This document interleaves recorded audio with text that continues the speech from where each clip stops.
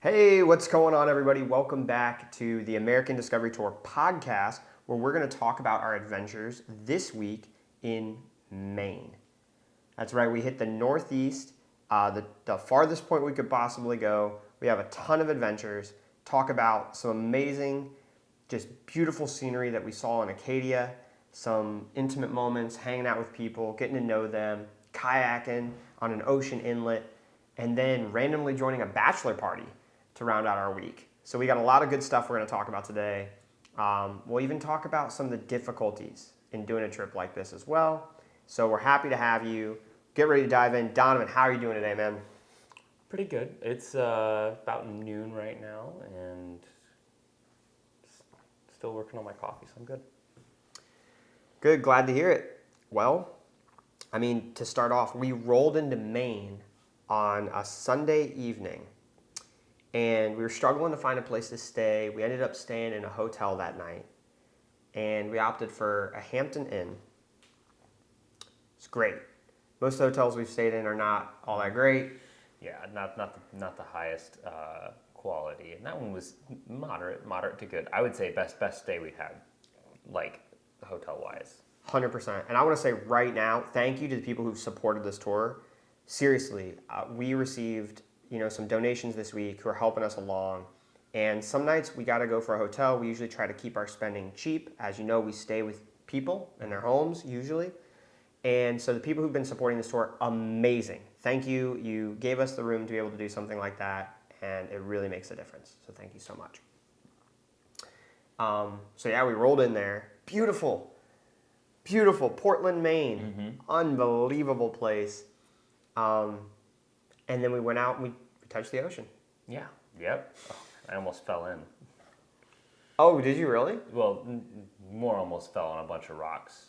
I was walking down. I don't know if you remember when I had said this isn't the way to go, and you should go the other way. Shortly after that, I was getting ready to get right up to the ocean. I was trying to get a picture of like a seagull on this post, and had my camera in one hand, and I stepped on a rock, and it had to have like some seaweed or some moss or something, but it was super slippery. But I ended up like matrixing back, catching myself with my hand, and then standing back up and being like, did that whole like check myself, like, okay, you all right? Did you mess up your back or anything like that? Getting old? No, it was all good. But yeah. Wow. So you almost got your first significant injury of the tour, falling into the ocean. Mm-hmm. I like it. That was cool. We took a little video, posted up on our Instagram story of us touching the ocean. Mm-hmm. And stay tuned for the West Coast. yeah, stay tuned for the West Coast too. But knowing that we're going to go ocean to ocean on this tour is really exciting. Mm-hmm. Something beautiful about that idea of getting to the coastline and hitting the borders, Mm-hmm. I love that. It was good. We decided that night, Sundays are usually our we spend the beginning of our day planning our week and going over our kind of system that we use to keep ourselves in check and accountable with our goals and our life. And then we spend the evening trying to relax, recover, get ready for the next week. And so we got to catch up on Rings of Power. Mm-hmm. If you like Lord of the Rings, which I like Lord of the Rings, this guy loves Big Lord fan. of the Rings. He knows everything about the Lord of the Rings. It's absolutely insane. And we got to sit down, watch that, and just relax for that night. That's super fun. Which I'm going to ask him now. So I'm sure a lot of you guys have watched Rings of Power, or at least Lord of the Rings. As of right now, 1 out of 10, what would you rate Rings of Power as it is right now? I would say it's at least an 8. An 8? Same score I gave it the other day, but Okay. yeah, at least an 8. Okay. Lots of good, lots of interesting. There's a lot of stuff that they're creating for them, that Amazon's like creating for themselves, which I'm enjoying. Some of the storylines interest me more than others, but I'm excited to see what happens. Sad that there's only going to be 2 more episodes for this season, but I have to wait probably another year for the next one. 8 episodes is just not enough. No, dude. Yeah. You need like 15. Yeah, Amazon. We're already scared. But right before we watched Rings of Power that night, we went out and took a walk, and we are in Maine. So this is a marijuana legal state. And we'd stopped by a dispensary, grabbed, what was it, one of those pre-rolls? Is that what it is? Pre-rolls. And that's a nerve-wracking thing for me to do. I don't do that very often. And it's because I have a lot of anxiety. So, there's like a 1 out of 5 chance I'll think I'm dying, and I'll, deliver like instructions to Donovan about what to do if I don't, make it through the night. It's supposed to just continue the tour no matter what happens. If anytime Mark thinks he's gonna die, that's what I have to do, is just finish the tour. Yeah, and I'm joking about that, but there's a whole segment there about what it's like to travel across all 50 states as an extremely anxious person. And it takes a lot of courage sometimes. But we walked, and what was great about that is we just really kind of talked about how things were going. We're back on the tour since we've been sick.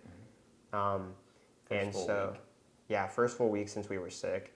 And so it was really amazing to just kind of dive back in, but it was very intense. We went full on, all in on the tour. If you watched our last episode on New Hampshire, you'll hear how we just really dove in once we got back on the tour. And so it was nice to just relax and try to kind of reorient ourselves to what we're doing. Right. All right, so I got to say, it was nice to have a relaxing day to start the Sunday. And I just got to say, it was amazing rolling into Maine. When we saw the sign, "Welcome to Maine," it says, "Welcome home," I felt this huge surge of like excitement and curiosity, just being in a place I'd never been before. And that's the exact kind of experience that I'm trying to open up for myself on this trip. Like, I really want to open the door to being wildly, almost like childlike, curious. And I felt that way all the way from getting to the Maine sign to arriving at the ocean that night in Portland and walking around the ocean and touching the ocean. I just felt like I was fully exploring. And I felt that way with people too, which has been really cool. But that experience was awesome. Great introduction to Maine. Super happy about it. Anything else you got to add about Maine or coming into Maine? Nope. Check that box off the list. It touched Maine. So, got it. We got it. Check that on the list. So as we dove in, we woke up that morning. We have work day. Mondays usually is a work day in the morning. So we went to that Starbucks. Found a Starbucks here and just popped down, did some work, and then you had a job that day. I did. I was in charge of finding out where we were going to eat that day, so we ended up But you had to find something specific. Oh, yeah. I had to go and find where we were going to eat lobster rolls. So we ended up going to Portland Lobster Company and had some awesome lobster rolls, some nice IPAs there, and it was just really cool because their like dining area, it was a self-service. You like went up, ordered your own food, and they brought it to you. But their dining area was like on a pier, so there was like boats taking off all around us. We were sitting pretty much right above the water, and just being able to. I felt like we were like really doing a Maine thing at that point in time, like sitting over the water, eating lobster, watching boats take off, and I thought it was kind of fun. Yeah, that was awesome. It was absolutely delicious. I love lobster, so I was pumped to enjoy a lobster roll. And that day was just really nice, the beginning. It was a fast-paced day, and we had a mission, which was to drive to Swanville, Maine, for the first people we were staying with. And we had like a really interesting experience after lunch, and I think it's really important to talk about. So right here, we're going to tell you about what it's like trying to become content producers, basically. That's what we've been doing. We haven't spent our whole lives producing content or being, social media influencers or anything. And so as part of this tour, we're learning how to naturally create content for you guys to be part of the tour, for you to enjoy what we're doing with us, and do that in a way that doesn't keep us from experiencing what we're doing at the same time. So it's this balance of how do we get used to making content as part of our regular day. And so we're experimenting with things. We're trying new forms of content. Please let us know what you like. If you're following our pages on Instagram or Facebook, let us know what you're enjoying. Just give us reactions. The more reactions we get, we know people like it more. But we kind of fell into a little bit of a tiff. We walked out of that lobster place and I was sitting there, I was like, we really need to start producing more vlog style content so that you guys can see exactly what's going on in our day-to-day interactions. You can see us meeting people. That's what we really want to show you. We want to show you some of the interactions we're having because that's what's really impacting us. So we want to bring that to you. So I walk out of there, had a decent-sized IPA, and I've got the courage, and I'm like, let's shoot something amazing. So I look at you and I say, all right, here's the deal. Let's shoot a vlog right now. We have 30 minutes. Let's go interview some people and shoot an amazing piece of content right now. Go. What was your experience when I turned to you and said that? Well, it was like, okay, well, what's the story we're gonna tell? That was my first question. I was like, not prepared to jump on a camera.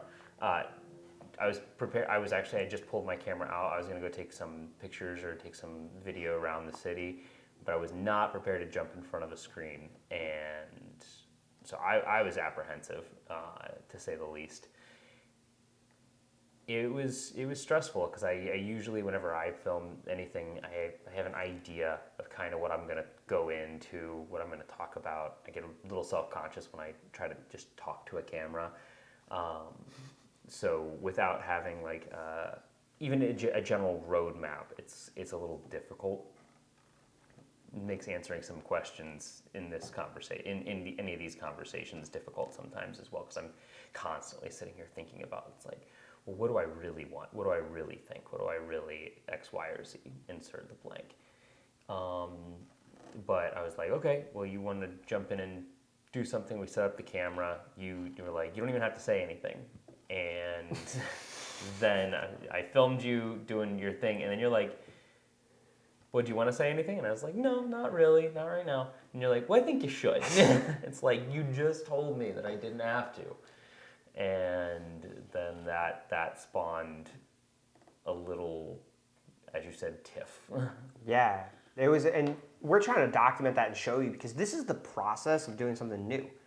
Part of this tour, like what's going to make us better people, what's going to help us grow, is to stretch our comfort zone. And that includes figuring out how to have honest, helpful, and challenging conversations with each other. And so part of this whole thing is building teamwork. And so what happened for me in that moment was I had this realization that the reason we don't produce more content is literally because we overthink it. We go out, we talk to people, we ask them interesting questions, and we really want to learn about them, and they tell us. And sometimes we even get nervous to do that. But almost every single time we do that, people open up and they have an authentic experience. They tell us something about their lives. They tell us something that matters to them. And I really believe they're much happier and fulfilled at the end of that interaction. The only difference now is we're just telling them we'd like to record what we ask you and share that with other people. And if they're not down for it, we'll just talk to them without the camera. And so I realized that. I was like, what are we doing? Why are we so nervous about this? And so I was ready to jump in and break through that. But what I did that was inconsiderate is I didn't take time to explain that process to you. You didn't just have that epiphany and have this surge of motivation and be certain that that's what you were committed to doing. Mm-hmm. And I treated you as if you had the same emotional experience as me. And I'm sorry for that. I've already told him I'm sorry for that, but I'm sorry for that. No worries. No worries. You're good. Yeah, I should have taken that experience and told you how I was feeling and started the conversation there. Mm-hmm. And then we probably would have shot 10 minutes worth of content in that 30 minutes. We ended up getting about 20 seconds. Yeah, 20 seconds. And that's fine. About 40 seconds. I ended up doing something. You did? But that's about 40 seconds. Yeah, you did. So that was good. And that's part of this journey. By the end of this journey, you're going to see us throwing content out like it's crazy and being more comfortable with it because that's what we're doing. We're in the process of learning how to do that skill. And I'm proud of you, man. And us. We had a really great conversation about that afterwards. We got back on the same team, and we've done a great job this week. Mm-hmm. Sweet. Okay, so we got done with that, and we rolled into Swanville to meet Daryl and Libby, who have this amazing homestead that they've put together. You're going to hear this theme a lot. Beautiful gardens all around them. They have some animals. They have pigs. Pigs, chickens, and guinea fowl. I believe is guinea fowl. Is that it? Yes. Yeah. I love guinea fowl. And they eat ticks. Yeah, they eat the ticks. You need guinea fowl if you live in the Northeast because ticks are awful. They're a problem. Luckily, we haven't been bit by ticks yet. Seriously. But yeah, we rolled in there pretty late. On our way there, we still needed to capture a story. As you know, if you follow our Instagram or Facebook, we post a story of someone we meet every single day.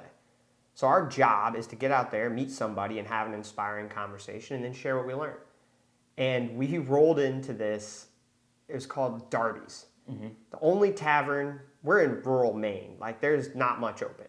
And we roll into this place called Darby's to get some food, hop up to the bar, and we're right next to this amazing guy named Pete. Mm-hmm. Good old Pete. That was something.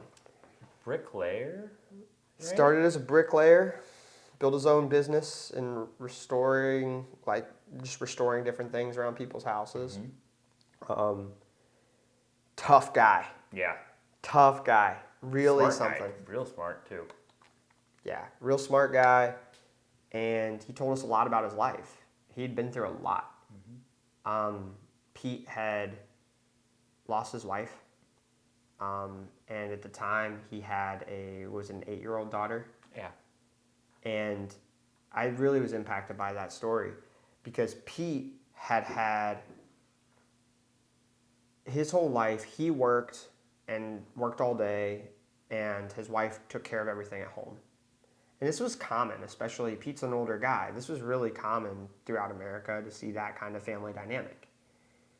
And all of a sudden, his wife died, and he had to take care of this 8-year-old daughter. But he'd never really done the laundry or cooked dinner or done any of these things that, we all now are required to do. That keep a house running. Yeah, he didn't know how to run a house. And so it was super daunting to him, this guy who works incredibly hard, to have to learn this whole new set of skills, without the support of his wife, who he had before. That was pretty crazy. He ended up it was kind of like a help on both sides, but he ended up helping his sister, who was in her, was it PhD program? Yeah. Yeah, who he said was just like starving herself because of how little she was making through her PhD program. So she ended up moving in, helping out around the house, helping with the daughter, and they helped he helped provide for her so she could have a life, and she helped him by running the house a little bit. Yeah, that was beautiful. It was a great story about family coming together to really help this little girl. Mm-hmm. And the way Pete talked about these stories was really powerful to me because he'd just been through so much. And we probably talked to him for over an hour at the bar. I'd probably say so. If you really want a powerful experience, talk to somebody who's in I'll call it the fourth age, the last step of life. Because when they're at that kind of 65 plus age, he was probably in his mid-70s. Mm-hmm. You get so much perspective and insight. And when you think about your life in comparison to theirs, it just really widens your perspective on what life is and the challenges that people face when they've lived a full life. You get a respect for people who've navigated life that long. At least I do. I don't know if... No, I would say so. I think everybody has something to teach, but with the longer you lived, the odds of you having more things to teach goes up. Yeah. And sometimes you won't, like the lessons that people will give you. He had said some things, interesting thing about Pete, he was a Quaker. And the Quakers, we've been learning a little bit about the history of Quakers from different people. But from Pete's perspective, Quakers are very serious about humility and living their life through service. You work, and that's your job. Your job isn't to believe the right things, it's to continually ask the right questions, which was a really cool perspective. I'd never thought about that.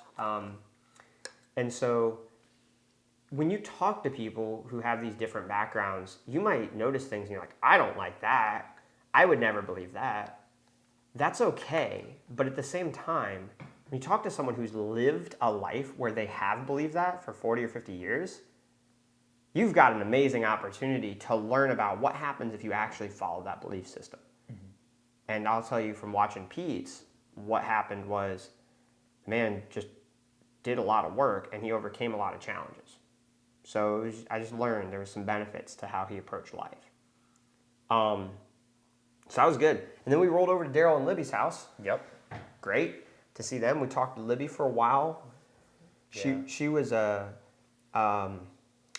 she did clinical work. She has a master's degree. She did some clinical work in hospital. She worked in. I think she was a case manager. Yeah. Okay. I think she was a case manager or something related to case management. She did a lot of work in psych. I remember her telling me that, and she also said she did some work in ER, not ER, but ER. ER. Yeah. We talked to her mostly the first night for about an hour because she was heading north to stay and work in a hospital for a few days, so we weren't going to be able to see her. But that was great. We were bonding over psychology. She was talking about maybe going for her PhD now. She's a little, they're probably in their 40s. I'd say so. Yeah.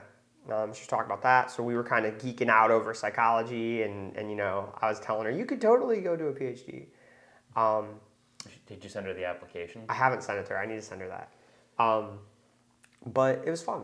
It was really nice talking with them. We stayed in this little guest bedroom that they had for us. It was a good time. That first night, just kind of relaxed in, got to know them a little bit, and that was really pretty much it, right? Yeah, that's about it. Yeah. And we made plans the next day to wake up and go to Acadia National Park. Beautiful, by the way. Beautiful. We had to go to Acadia. Everybody told us, it's like, you got to see this if you go to Maine. So we took a nice drive up there. We went into Bahaba, if you've ever been there. That's the proper way to say it, apparently. But we went there for lunch, and we met this, we sat down at a place. You got some lobster bisque. Bisque, that was just probably the best lobster bisque I've ever had. Oh, so good. Unbelievable. That and a Reuben. It was good. And we met this woman, Renee. She was coming in on a cruise ship. She was doing a solo cruise. Yeah. With I don't know where it was to, but she came from Florida. And that was something. Her family was in Florida preparing for the hurricane. And so that was pretty wild. She was talking to us about, she just talked to her husband and her son who were boarding up the house. Hope everything went okay for her family. We don't know. But that was before the impact. It's right before the impact on Florida. And for our Florida friends out there, send you love and support. I just don't know how people deal with that. Yeah. You have your home destroyed. You have all these people in your community struggling. And we even learned Nova Scotia, just up north of Maine, got hit by a hurricane earlier this year. I'd never even heard of that. And they've been without power for weeks. Yeah, it's ridiculous. I don't know how. Areas that aren't used to getting hit. Yeah. So we've had a lot of empathy this week. And getting to talk to Renee, someone who, was in the middle of, in many ways, the middle of that situation. She's heading back to her family who just was, contending with that hurricane. I was really powerful. She was a really kind woman, and she was really friendly. And I enjoyed how we meet all these random people from all walks of life while we're doing that. So it was good. Anything else you're thinking about in Bahab? Bar Harbor. Didn't you go shoot some footage? Pictures? I did. Yeah, I did. I almost forgot about this. Went into this little diner. Actually, I walked up to it. It was called like Route 66, and there's like this little alleyway that takes you back to the restaurant, and like the person that checks you in is sitting at the front of the alley. We actually had parked right in front of this alley. But it had the alley. They painted it to look like a road, and there was a couple road signs, and I think a traffic light. And I was like, "This is a really cool entrance to a restaurant." And the hostess was like, "No, you have to go inside." So I'm like, she's like, "Yeah, just go inside." And I was like, "I can go in there and take pictures." She's like, "Yeah, definitely." And it's all like antique toys, antique pretty much anything. Like there was road signs. I think there was like one thing that was specifically there was a train that went around the inside of the building, like a little model train set, and it was really really cool. Pretty much if you think about anything that you could imagine being from like maybe the 30s or 40s, just decorated everywhere, and it was so colorful. And it was a restaurant, and they just were like, "Yeah, go on in, take pictures." I was like, I didn't buy anything there, and they were just like, "Yeah, it's really cool. We want people to see it." That's amazing. Did you get cool pictures? I think so. I haven't had a chance to look at them yet. We'll have to, maybe for this podcast, we'll upload a picture of that. We can share it, or we'll upload some pictures from that because that'd be really cool to see. Mm-hmm. Wow, that was awesome. So you did that while I had some meetings. I took them on my phone. And then we went into Acadia. Yep. Rolled through there. And Acadia is cool because there's a lot of hiking if you want to do that. But also you can drive through most of the park. And so you can drive and stop off. And so we opted to drive because we needed to get back so that we could spend some more time with Daryl. And we drove through and we stopped at a couple spots. You took some pictures. And then we stopped and saw this. You spotted these guys who had a telescope. I was sitting here taking pictures of this little lake. And they started saying something to me, and I had a headphone in, so I couldn't quite understand them. And I thought they were like, "Oh, do you want to take pictures here instead?" Like, because they were like set up with this like little spotting telescope. And I was like, "Oh, I mean, I got my camera." And they're like, "No, no, no. Do you want to see?" After I took my headphones out, and I'm like, "See?" I'm like, "There's an eagle like taking a bath over there." So I was like, "Yeah." So I walked over. They had it like sighted in. I just was able to like lean down to their big big little telescope. I don't know if it was what you'd call it, but and there's just this eagle playing in the water, bathing itself. Really kind of cool. I think it was a bald eagle. It was bald eagle. But just to see one like that's probably one of the closer eagles that I've seen. I've seen one come to it was like a fair or something like that, and somebody had it on their arm. But like the closest one that I've seen in like the wild. Wow. Yeah, I came over too, took a look. That blew my mind. That was the first time I've seen a bald eagle. This is just beautiful to see, the bird of our country just bathing there. Wish we could have took pictures, but it was too far away because you needed the telescope to see it, so we couldn't really do that. But that was just a really cool highlight. That's probably when I think of Acadia, that's the picture I'll see. I'll think of this bald eagle in the middle of this little water, lake, and it's just sitting there. It was beautiful. Mm-hmm. We rolled from there down to my favorite part of Acadia, Thunderhole. Mm-hmm. And you put your rock climbing skills to work, and you were monkeying around, climbing the rocks all over the place, jumping the fence, doing all the craziness, which was pretty cool to watch. Yeah. Also, where I think you said something like the eagle would be your picture of Acadia, which you like remember. My picture of Acadia would come from the Thunderhole. Yeah. Ended up, as you were saying, jumping a fence and climbing over some. It was like a railing, not really a fence, but climbing on some rocks. And I saw this raven. I'm pretty sure it was a raven. And I saw it like sitting on the edge of this rock, and I was like, I'm gonna go take a picture of this raven, see how close I can get to this thing. And I ended up getting to take a good handful of photos of this raven before it flew away. And it was just sitting there kind of majestically, like on the edge of not the edge of the ocean, but pretty much the edge of the ocean. and it was just really, really pretty. It had a bunch of this like almost sandstone colored rocks in the foreground, and then in the back I could see the ocean along with like this cliff and some trees. That would be my photo of Acadia that I remember. That's amazing. And it's also at the Thunder Hole. It's really cool because there's like this special little like cave hole thing. Yeah. I don't know how to describe it, but the ocean sends waves into this kind of tunnel area. And then if you're watching on video, I'm kind of trying to show you in my hands. And it goes into this tunnel area and then it washes up and makes this thunder noise when it hits. So it comes in, it's like, and then it's like, Insert sound effect. insert sound effects here. And it's really amazing. And so you can sit there and you can listen to this powerful ocean rushing in, and you can go right out over this spot where it makes the noise. It's absolutely incredible. I love just sitting there and listening to it. Thunder Hole was awesome. Yeah, thought so. And that was the main things that we did at Acadia. We saw some other beautiful parts of nature, driving through all the amazing trees. Turns out that Maine actually has the most forested area per land capita or whatever. Like square foot or square mile. Yeah, so trees everywhere. The leaves are changing. So we're getting some of that early fall foliage. I don't know how to say it. Foliage. Foliage, thank you. And so that was beautiful. Amazing drives. And we enjoyed that. Headed back. And it was pretty late by the time we got back. A lot of driving that day. A lot of driving. Okay, so we left Acadia to get back to hang out with our buddy Daryl. Rolled in the evening.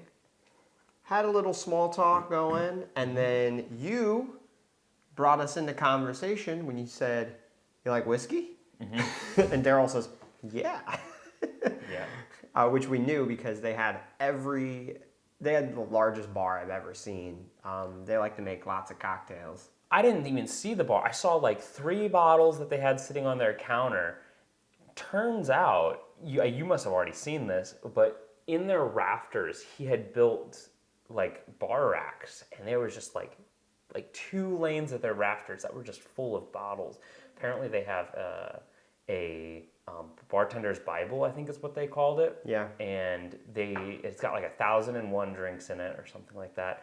And what they do is they take him and his wife. I don't know if they do this daily, but however often they do it, I don't think they do it daily. Yeah, I think they might have for a little bit. I don't remember. But they take 3 10-sided dice and they just roll all of them, and that's how they find out what drink they're going to learn how to make that day. They actually had like bartending certificates where they learned how. They went to a day or a couple day course or something like that to learn how to bartend, and they were had those up on their walls. But I thought that was kind of cool, the game that they would play. Yeah, no, that was awesome. How they make it a game. Daryl and Libby have been together for a long time. I think like 16 to 20 years or so. It's been a while. They actually chose not to get married, and that's something that I thought was interesting from our conversation. But we'll get that in a sec. Yeah, so we sat down. We brought out the whiskey that we had been given in New York. If you saw the New York podcast, that's the whiskey we had. And we poured some drinks, sat down with Daryl. Daryl told us about his day. He built a door that day. He just builds everything for his whole house. He's amazing. He's an archaeologist by trade, which we learned that an archaeologist isn't necessarily going to ancient dig sites and with little brushes and trying to find exotic pottery that was made 1,800 years ago. He's like, yeah, mostly we kind of go out and scout and survey land for companies to build telephone lines or power lines or things like that. And told a story about when he'd seen a bear when he was out surveying land. And he's like, I think we're going to go look at a different spot for a little bit. Yeah, that was wild. Yeah, he was talking about bears right in front of him. I was like, okay, we're just going to take a second. But that was really cool. And we sat down and we talked with Daryl for a while and asked a lot of hard questions. And by hard, I don't mean they're difficult to answer because, they're tough or you're worried about the answer. We just asked a lot of questions to each other that aren't common. I think my favorite question that came out of that is, what is the worst advice you could give somebody and it's the worst because if they actually took it and used it, it would make them think they're doing something good with their life. Mm-hmm. It would appear as the best advice they ever heard, and yet it would destroy them. And that was like a really tough question that we had. I'm settling on win at all costs. Yeah, that was pretty similar to what I think nothing matters other than success is what I had said, which I think pretty much in the same, like very, very similar, if not the same. Yeah, mentality. I'm thinking, and so if you're in this space, one of the things we're doing is we're exploring the question of who am I and what should I do? That's the two main questions of life, right? Who are you and what should you do with it? And I'm actually been hearing a lot. So many times people say, you have to love yourself before you can love someone else. And I'm actually wondering if that's in that category. Because I really think that you can learn to love yourself from loving other people. And as a psychologist, I really believe that it's actually the preoccupation with loving ourselves makes it harder for us to love other people. Now, I think it's true that you need resources, you need to take care of yourself to be able to love other people, and I think that's what people usually mean. But I think sometimes people get stuck on, I need to feel good about myself to love other people. I think that, if that's what people are hearing, is I need to feel good about myself before I try to care about someone else. I think that's absolutely false. I think that is, and I think that's how that advice goes a lot. I mean, think about, if you go back to, is it a Christmas Carol? Where, like Ebenezer Scrooge, like, obviously wouldn't have felt good about himself, but I think, oh man, I might be getting some of these names wrong, but one of the first kind things he did was help Tiny Tim. And so he showed love to Tiny Tim, and then I think that kind of if I remember the story correctly, opened him up.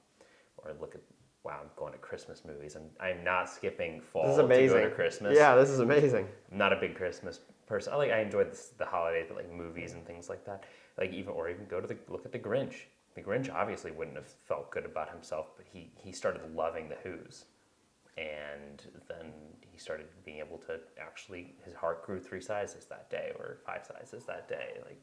That is so beautiful. I just got chills, man. That is so beautiful. And that right there, that's a big piece of that's the kind of growth we're trying to find. Because when we're talking to people about this, I see when people answer those questions. Like when we talked to Daryl about why they didn't get married. Daryl and Libby have, at least from Daryl's perspective, we didn't hear much about this from Libby. Daryl had a very strong belief that you need to have freedom to live the life that you want. And I think that makes a lot of sense. But I think that sometimes that leads people to reject anything that is conventional and see that as like an oppressive thing. And sometimes things that are conventional, I think, come out of they work really well to support a lot of people. And so this isn't a pro or anti-marriage stance, but hearing the way he talked about that, it just sounded like, to me, whether you get married or not, I agree, you got love for each other, you can do it. But that negative emotion towards the idea of marriage, I wonder where that comes from. I want to explore that more. For anything, some people have that exact same thing about working a 9-to-5 job. How many people have that negative visceral emotion that I will never work a 9-to-5, and then, or they're working a 9-to-5 and this is awful that I'm working a 9-to-5. When your 9-to-5 gives you all the things you need to have happiness and purpose and meaning in life. How often have you wanted a 9-to-5 when we're in the uncertainty of this tour? It's quite a bit. There's times where I'm I kind of wish, because one of the largest pieces of uncertainty for this whole tour is finance. And it's if I had if I was just be able to go home, have a place, a bed, a room is what really matters, in this states. But to have a sense of security, normalcy. Wow, it feels weird to request a sense of normalcy since the pandemic.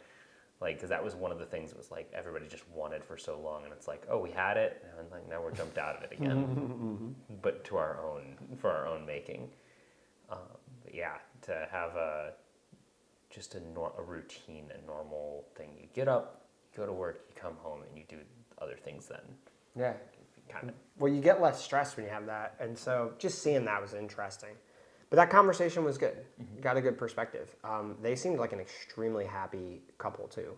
one more thing to say on that, and it's just a thing that I actually heard Daryl say when we asked about Yeah. that whether they're married or not. But he said it's like well, we know what we are to each other. And I think that kind of symbolizes like they didn't need a title Yeah. to know what they both meant to each other.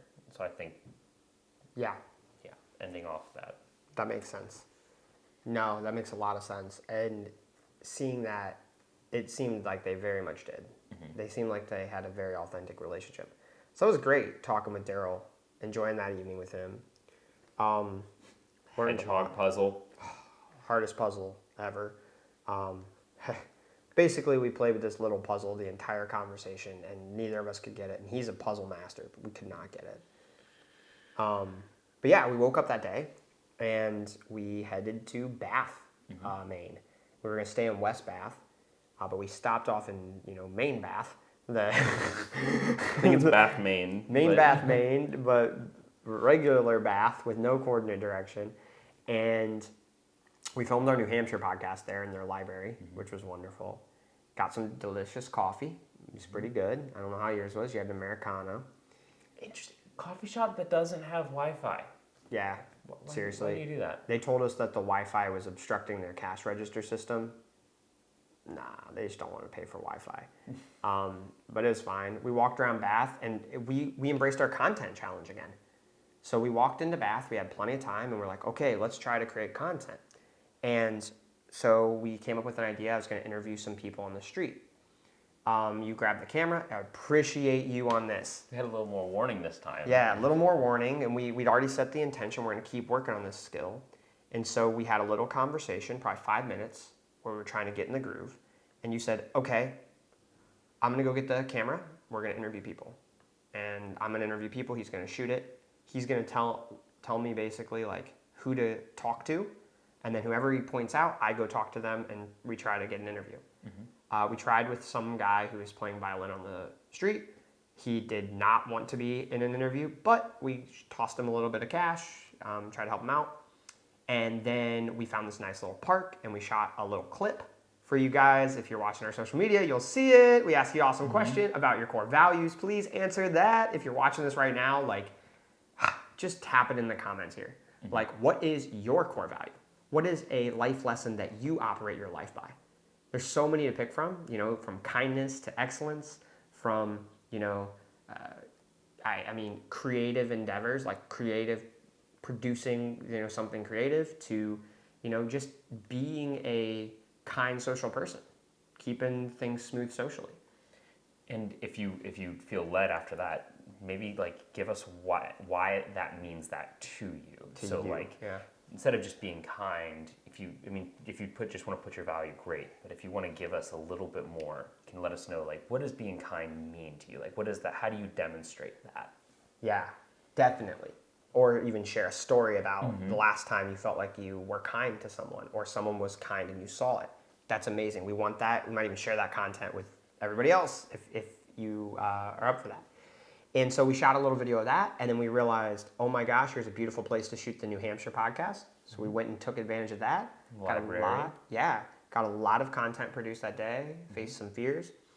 And then we went to West Bath for dinner, chicken pot pie and apple pie, all homemade with Tegan and Nathan. Wow. Tinuviels, the recently married, amazing people. We featured their story on our Instagram. Please check it out. It's awesome. Give them like hearts because we love them and we want to support them. Amazing people. It was so much fun. We enjoyed this delicious home-cooked meal. And then we played Nintendo 64 Mario Kart Racing together.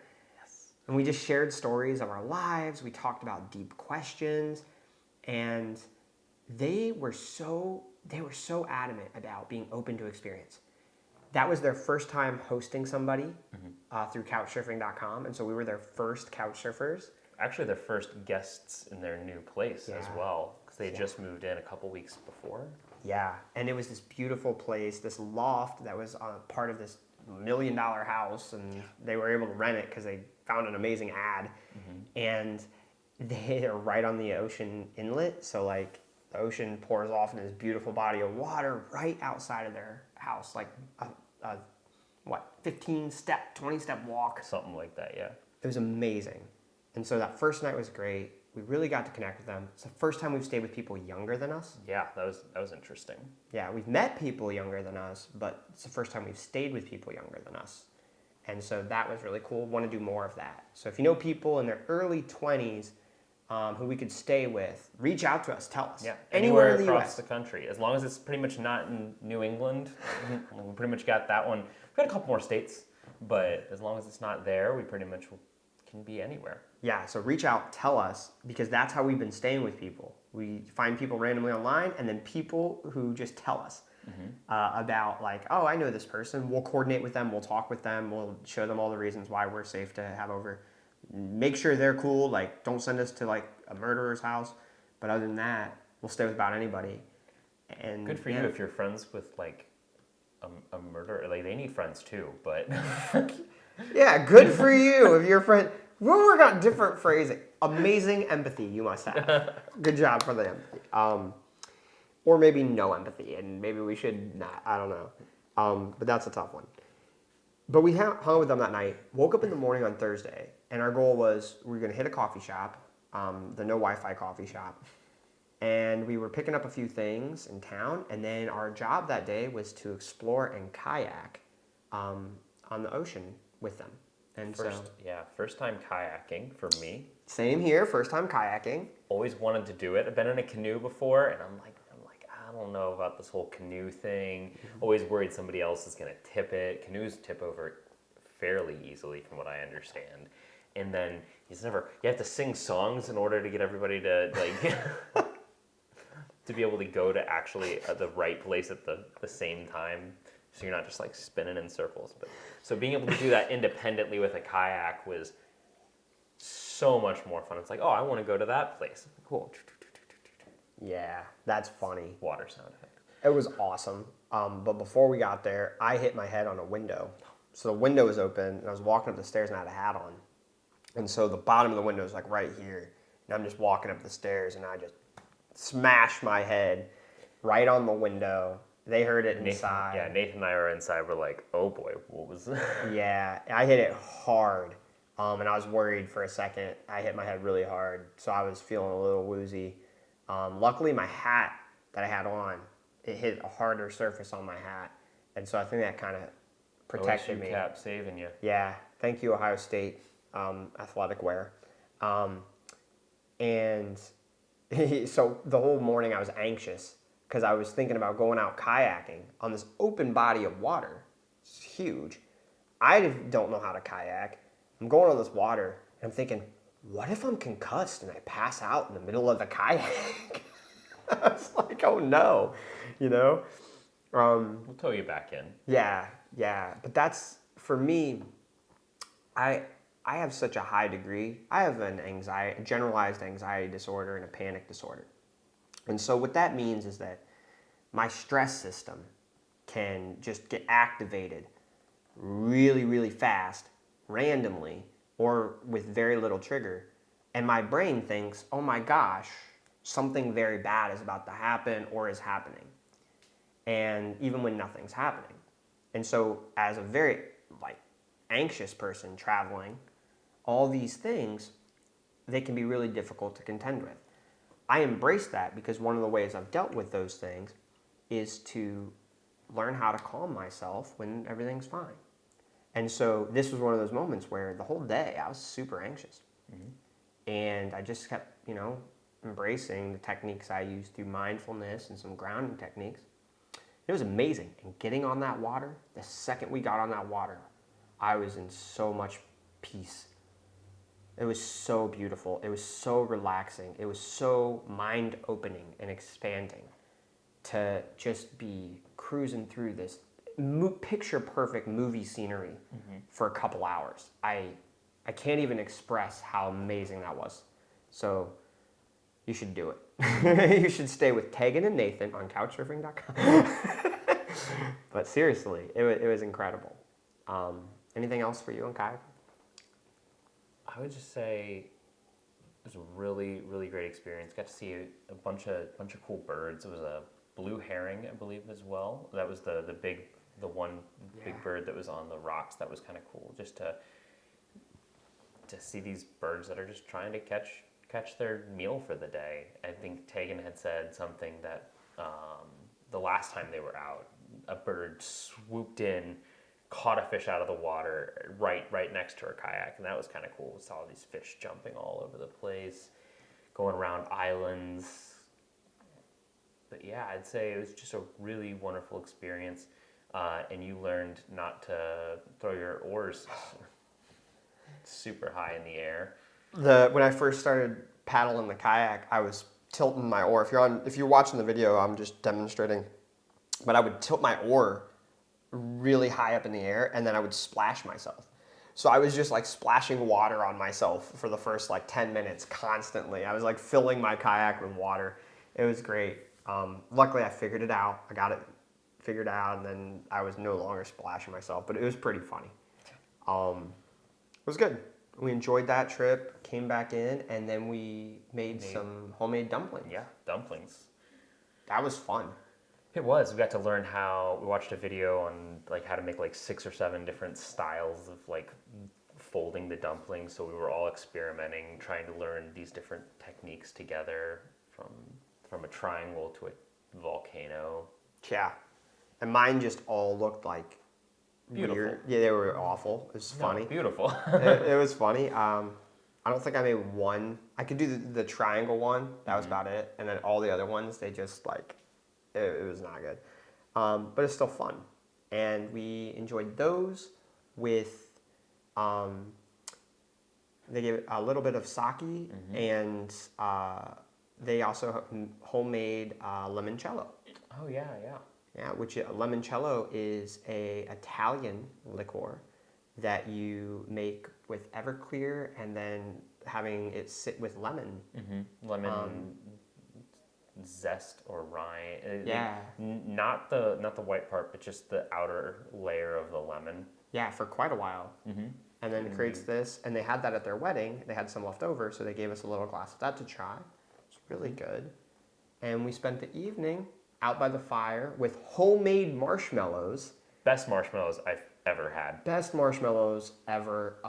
Homemade marshmallows, and we made s'mores by the fire, and we just talked about their lives. We learned about their backgrounds. We learned about Nathan, who grew up in a pretty financially rough home, and what that experience was like for him.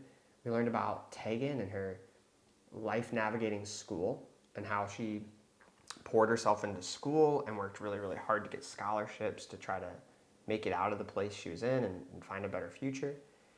And we also just answered really cool questions. One thing I'll give them there is they were the first people to really bounce the questions back at us. Yeah. So we have just a handful of questions that we ask most people, especially people that we stay with. And then we were just coming up with all sorts of different ones, but they were the first one we were like, what do you guys think? Yeah, which is cool. That's the cool thing about, like, if you want to stay young forever, keep asking questions. That's how you do it. It's like when you stop asking questions and you start to believe that you just have the answers to them, I think that's when you start to become old. I really think that's the case. And they asked us some really good questions. They asked us what our core value was, and we haven't answered that in a while. And what did I end up saying? I said something along the lines of, I don't remember. You remember what you said? Yeah, I do, and I'm gonna really quickly see if I can. I've been saying one of the words wrong the entire time. Basically, that's fine. I'll give it. Tegan, I think, had said carpe diem, so seize the day. Yeah. Which I thought, which is like great, absolutely. There's a as much as like some people might think like oh, that's stereotypical, whatever. But yeah, but there's really because everybody's heard it from their yearbook. Like 18 people in every school have carpe diem as their quote for the yearbook. But yeah, there's an opportunity behind every single day that is absolutely true, and we're seeing that we have to attack every day to meet new people, to get stories. But my value that I had said, and it's kind of been a play off of a shared like mantra that we have. So the mantra is do it for the story, and not like I don't know, mid 2000s where it was like do it the crazy thing for the vine. Like it's not that, but it's the idea, and we kind of bounce it back and forth with another one, but do the interesting thing because you're probably going to learn from it in short. But what I had said was, remember you will die, so remember to live, and remember the story, or tell the story. So go, like, sad thing, but I mean, if every day is not promised, we don't know what's going to happen. So remember to do something meaningful, and then to at least remember that for yourself, and if you feel good about it, tell the story, and so that somebody else can learn from that. Yeah. And you like that in Latin, right? Memento mori. This is what I was going to try to... Yeah. Memento mori, memento vivere. And I've been saying memento historia, but it's not historia. If you know how to say do it for the story or tell the story in Latin appropriately, please let us know. Because this is something we've been trying to figure out. Google Translate. It's memento fabulum, Fabulam. Okay, fabulum. Memento fabulum. I don't know. Yeah, but that was really good. And I think for me, the core value that I've been trying to approach, I think the real core value that I'm really trying to embody is humility, intellectual humility. Because I think that, actually I'll say this, see the human, not the beliefs. I think if we focus more on paying attention to seeing the person in front of us, or the people that we're thinking about, as opposed to the beliefs we think they represent, I think that's a better starting place for conversation and learning than the belief. And I see a lot of that in our conversations, that once certain beliefs get brought up, there's a wall that encapsulates the person. And it takes time to massage through that wall to get back to the human connection. I think that human connection is really important. So that's something that I think is my core value right now. But we enjoyed that. We did the fire. We had great talks. And then in the morning, we got up and we went back to Portland, Maine, because shout out to my amazing friend, Pierre, an amazing person who you'll get to meet later in the tour, and I can't wait for you to meet him. He's an unbelievable hypnotist, coach, and beautiful person who just helps people in so many ways. He connected us with his friend, Emily, who allowed us to stay in her house. And so we're actually here now. We're filming the podcast here at the end of our stay. But we've had a house in Portland, Maine, a beautiful house, to just enjoy and use as we finish out our work associated with the tour and finish out Maine. Okay, so we'll just go over a couple highlights this weekend because there were some really cool things that happened. So we rolled in on a Friday. It was pretty relaxing. We caught up on Rings of Power, watched the newest episode. Yep. And that's great. I just want to note, when you're traveling with your best friend or with a partner or with a team, having a couple things where you can just enjoy spending time together outside of work or the stress of the tour is super important. I think that's been amazing for us. Those moments are the moments where I feel most connected to you. Because it's like we're just chilling, we're enjoying our time. That was cool, we enjoyed it. I like that. You agree? I enjoy it. I very much do. Like I said, sad that there's only going to be 2 more episodes. We'll have to find something else to watch or do in the evening once or twice a week or something like that. Agreed. It's super important for our relationship. We've been best friends for like 9 years. Pushing close to 10 at this point. Yeah, and it's been a process of we've learned it is very important to have friend time when you work together. so that you can not forget that the reason you're best friends is because like you enjoy spending time together and doing things together in addition to work. So yeah, that's been awesome. And so yeah, Friday was pretty relaxed, mostly a work day.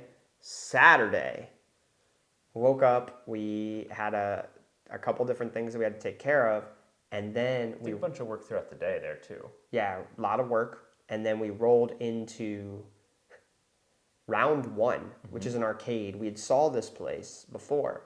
We're like, okay, let's go there. Let's spend some time in an arcade, and let's see if we can, meet some people. I wanted to go bowling because I love to bowl, and they had good bowling alley there. And you couldn't bowl because you hurt your elbow kayaking. Yeah, I'm pretty sure it was kayaking. It feels a little better today, but like if I get to full extension or like 100% like contraction, I get like this pinch right in here. It's annoying. It'd be fine. I didn't like hit it on anything. I think it's just a muscle or a tendon that's a little sore. Yeah. So you were kind enough to watch me bowl and hang out there, and then we would go play in the arcade. And we got a drink, and You ended up the competition. I'll say that, yeah, in a moment. The cool thing is, as soon as we sit down, there's a couple guys across from us, and a guy walks over, and he's wearing a kilt. And I'm like, amazing outfit, man. What are you guys up to? You guys just hanging out? It's just like a guy's night? And they're like, it's a bachelor party.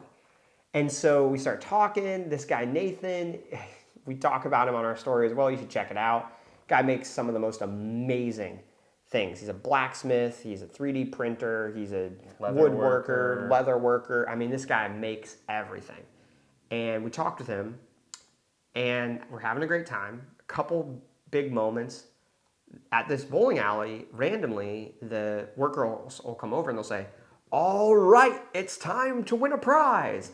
And they'll be like, they'll have everybody step up to the bowling alley. And if you bowl a strike on that throw, you get a prize. And I am very good at high stakes competition. And so when this guy stepped up and said, if you bowl a strike, my eyes like narrowed in. I hit this extreme focus. If you know what a flow state is, I was in maximum flow. And I just knew I would bowl this strike. And these guys who were with us, the bachelor party that we were talking with, they already saw me, I was bowling okay, and they were rooting me on. They thought I could do it. And you were coming back from getting drinks. Ironically, I had just seen them and talked to them over at the counter. But go on. Yeah, we met them separately. It was great. And then, so we go, and my eyes dial in. If you're watching the video, I'm giving a play-by-play here. But my eyes dial in, and I pull the ball down. And I center myself perfectly, and I just knew exactly. I visualized from the beginning of this release. I was like, I'm going to walk right up here. I saw the ball cutting across the middle, catching on the side, and swerving in for a perfect strike. And so I walk right up in there with perfect confidence. I launch that ball, and it goes just as I planned. It strolls across the middle, catches on the side with beautiful rotation, and then it shoots across into the middle, explodes the pins for a perfect strike. Not a pin was even close to standing up. And then I turn around and I experience the glory of victory. And it was wonderful. And we got to take terrible photos in a photo booth. Go grab them. We should show on this. This will be funny. If you could see them on the video, we're showing the photo. We'll put them up. It was a terrible photo booth, but... Worst photo booth yeah. Worst photo booth ever, but it was super fun. We got a nice little bag, too, and a keychain, and it was fun. And then you did magic tricks for the group, and then they asked us if we would join them for their bachelor party. And so we spent time in the arcade with them, playing claw machines and different games, and getting to know them more. And it was just this amazing night. If you go out with the intention to connect with people... oftentimes, you'll find it. And it can be some of the most amazing moments. We were tired that night. We were just kind of trying to figure out who are we going to find for a story today. And then, boom, we have this magical moment of being part of this guy's bachelor party, hopefully adding to his experience, making it that much more special so that he remembers that party. And it becomes a key part of the moments that make his, wedding special. That makes me feel really good to be a part of that. I'm really happy that we were there. I agree. Anything you want to add from the bachelor party? From the bachelor party, you touched on this, but he has like 3 different Instagrams that he does. Like he has like a personal one, a work businessy one where he posts all of his different creations, I guess you'd say. But something works. We can tag it in the and put it in the description. But he makes just really cool. Like he resin prints his own dice. He does resin prints runes. If you know, like they're just like I would say of Celtic origin. Basically tokens that like say something or mean something. They have significance to them. He does that. He builds his own custom computers. He has a 1-of-1 Dodge Challenger, certified 1-of-1 from Dodge. That is just his absolute baby. And he just loves this car, loves taking care of it. He was very, very proud of that. And I thought it was really cool. Now, not necessarily to the bachelor party, but a game that I found while we were there, just still at round 1. We actually, when we had walked through previously, we met a guy named Felonius who took us back and kind of showed us around. And he showed us this area of games that were from Japan that weren't supposed to leave Japan. But apparently the company is owned by a Japanese company, and they were able to import a bunch of these cool rhythm games that I've never seen. Rhythm games, so things like Guitar Hero, Dance Dance Revolution. But one of them was this, it was like a touch screen circle, and it was called Waka. And it was the best rhythm game that I've ever played. It's basically this ring that you can touch all different parts, and as you're seeing the notes that you're supposed to hit, you can be touching literally like almost like the entire face of a clock. And it was so much fun. I'm pretty sure I spent at least an hour between like the 2 times that we were there playing this rhythm game. Just so much fun. Sad that there's only probably a handful of them in the United States, but really, really fun. If you ever get a chance to play Waka, really cool. Yeah, that game was pretty cool. It was cool to watch you. Like, you're not someone who gets very excited about games. Like, you can, but it's rare. And you loved this game. It just was your game. It fit you perfectly. It fit exactly what you wanted to do perfectly. And so it was fun to watch you find a game where you're like, this is like my game. So that was really awesome. That night was great. Best game for credits, like for credit to like time value. You get like 10 minutes of play for like a small amount of credit. That was great. So that was awesome. And we rolled in, we had a great time with them. It was really amazing. And then last day that we were here, yesterday, I mean, we're here today, but we're heading out to Connecticut today. We wake up on a Sunday. We have a meeting every Sunday. If you're following me on my other pages, you know I'm a big proponent of the High Performance System by Brendan Burchard. We've worked that system for over a year now together, and we have a weekly meeting where we use that system. It's how we build out this tour. It's how we've honestly evolved our friendship into something much more powerful. And this is absolutely a plug for it. Like, you should get it. You should go do it. It's Buy not it on Amazon. Yeah. There's like a 6-pack where you can get them. You get a year worth of planners for like $40. They're like $30 a piece if you don't do that. Yeah, but like you can buy, they're $20 a piece. $20. They're not expensive. Okay, not as bad as I You thought. can buy that, or I'll even put it down below. You can join Growth Day. I am an affiliate for Growth Day. If you join, that is an app. It's the best personal development app. I've been using it for a while. I was a beta tester. This is not a sponsored ad, but I'm throwing it out there because it really helps. So you can do the app, you can buy an in-person planner, they're great. But we have our meeting every Sunday where we go over our weeks and we go over our life scores and the way we show up for our high performance habits. We do those, and that was great. We had a good meeting. We did it here at this table. And then it was time for lunch. We were excited. And we walked outside. We're going to get some Chipotle. That's usually what we get on Sundays. And car battery's dead. Left an overhead light on. We had to jump the car. We didn't have a car to jump. Luckily, we went and talked to the neighbors. Got to connect with them. They came over, helped us jump the car. It's good to go. And I just want to highlight something. For you, that was tough, wasn't it? We've had trouble with this car battery one time before where I think the dome light was left on again. And it took us like an hour to figure out how to get this thing to jump. And it was the most stressful experience because it's like when you need to go do something, it's not just like, oh, I'm going to go take a drive. It's like, no, it's time to go get lunch. So then you're getting the stress of like, oh man, this is an experience. We have to request help from somebody we don't know. Also, we're getting hungry at the same time, trying to figure everything out. And it's like, oh man, I was reliving the last time this happened. I was like, this is going to take way longer than I want it to, and this guy wants it to. Yeah. And so it's always, one thing I've been really impressed with you about is it's always been hard for you to ask for help. And that's something that I see a lot as a coach, is it's really hard for people to ask for help. They feel like they need to be able to do everything. Maybe you got a job and you ask for help, and then people are like, you should be able to figure this out yourself. And then you internalize that. And so it's hard to do. But that connection was awesome. We ended up connecting with this guy, Ben, and then another guy, Mike.